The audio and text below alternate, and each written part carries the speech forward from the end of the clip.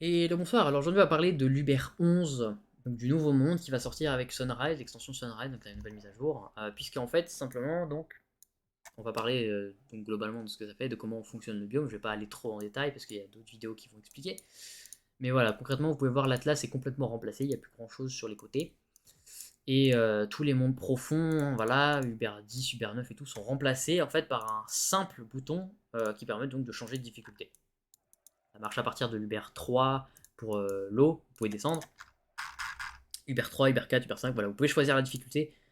Et en fait, à partir de l'Uber 8, possiblement 7, j'ai un doute là-dessus, la lumière affectera vos dégâts. Parce qu'en fait, à partir de l'Uber 7, vous pouvez trouver le monde, donc le nouveau biome, dont j'ai complètement oublié le nom.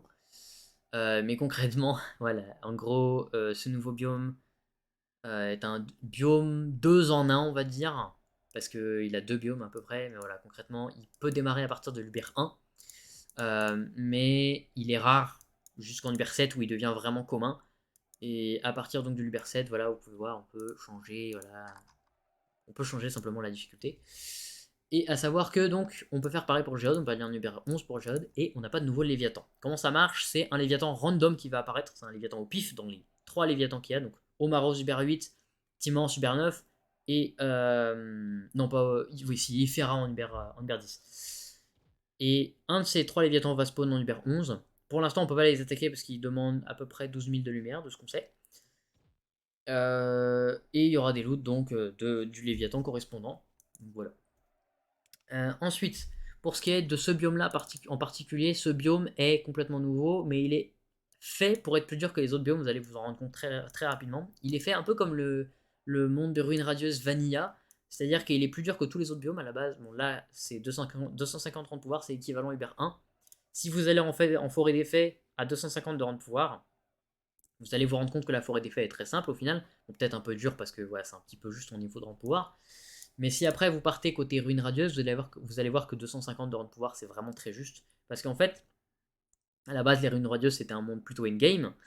Et voilà, l'Uber 7 c'est un peu la même idée. Le but c'est en gros d'inciter les joueurs à ramener d'autres joueurs pour les aider, d'impliquer des petites strats un petit peu dans les donjons et d'amener plus de composants, de ressources pour faire les donjons, plutôt que de toujours avoir du speed farm.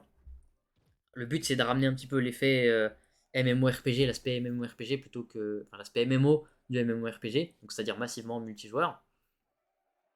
Donc voilà, c'est le but. Pour ce qui est du biome en lui-même, petit détail pour l'Everdark, donc j'ai oublié le nom, Permanoxys.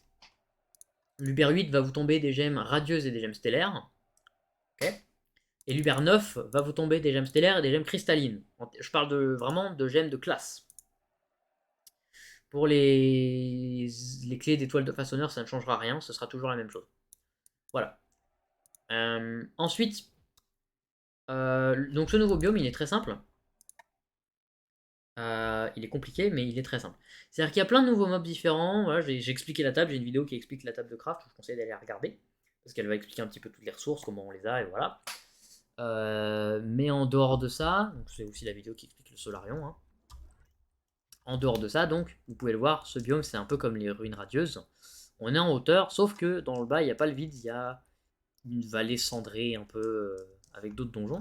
Et si on regarde la map, vous pouvez voir qu'il y a des petites flèches qui indiquent si le donjon est en hauteur ou non.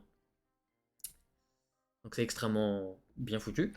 Et surtout, les mobs sont différents et les loots sont différents selon l'endroit où vous êtes.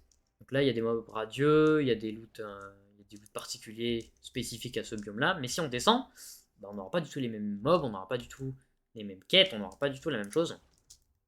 Sachant que les avant-postes eux-mêmes vont être différents. Donc voilà, c'est un petit peu particulier. Dans tous les avant-postes, vous aurez des quêtes et voilà, des tables de craft évidemment, comme le Luminopolis un peu, hein, voilà. Et donc voilà, c'est à peu près tout ce qu'il y a à savoir dessus. Mais encore une fois, sachez que ce monde-là est beaucoup plus dur que les autres mondes. Pour le coup, ça fonctionne pareil que les autres anciens mondes qu'on avait. Ça fait du bien de voir ce genre de recettes. Plutôt que de crafter les recettes des géodes, là c'est super cher à chaque fois. Voilà. Maintenant, on reprend le même truc que les donjons de recettes dans les autres biomes, comme côté fée, là par exemple, on peut voir en bas à droite. C'est la même chose. Donc ça fait plaisir. Et à part ça, voilà, j'espère que ça vous aura été utile. Si jamais vous avez la moindre question, n'hésitez pas à les poser dans les commentaires. Je répondrai à tout. Sachez aussi que le vol est extrêmement réduit si vous n'avez pas de parchemin. Donc c'est une monnaie qu'on peut avoir à l'entrée de chacun de ces mondes. À chaque avant-poste de ce biome-là, vous avez une chance d'avoir un PNJ qui, ce PNJ, vous vendra potentiellement un parchemin qui a des effets différents et variés. Et sachant que donc l'effet, donc il y a un effet qui vous empêche de voler, c'est ce truc-là qui se réactive en chaque fois en haut à gauche. Il y a des montures et des ailes qui annulent cet effet, mais la majorité du temps, en fait, quand vous avez vos ailes d'active, vous allez juste littéralement tomber. Alors, regardez, c'est moins fort parce que je suis en Uber 7, mais plus vous allez profondément, plus vous allez loin genre en Uber 11, plus ça va être fort. Là, vous voyez, je descends beaucoup moins. En fait, ça dépend juste des ailes et de la profondeur. Voilà, c'est tout ce que j'ai à dire au niveau de cette vidéo. Aussi ici, attendez, extrêmement important, voilà, ces petits invaders, c'est les mêmes que les PNJ Umbral là, qui spawnent, qui tombent du ciel de temps en temps, sauf que ceux-là vont tomber des items beaucoup plus particuliers, beaucoup plus différents, et ils seront aussi plus durs. Voilà. Donc j'espère que cette vidéo vous aura été utile. Si vous avez des questions, encore une fois, n'hésitez pas dans les commentaires. Bye.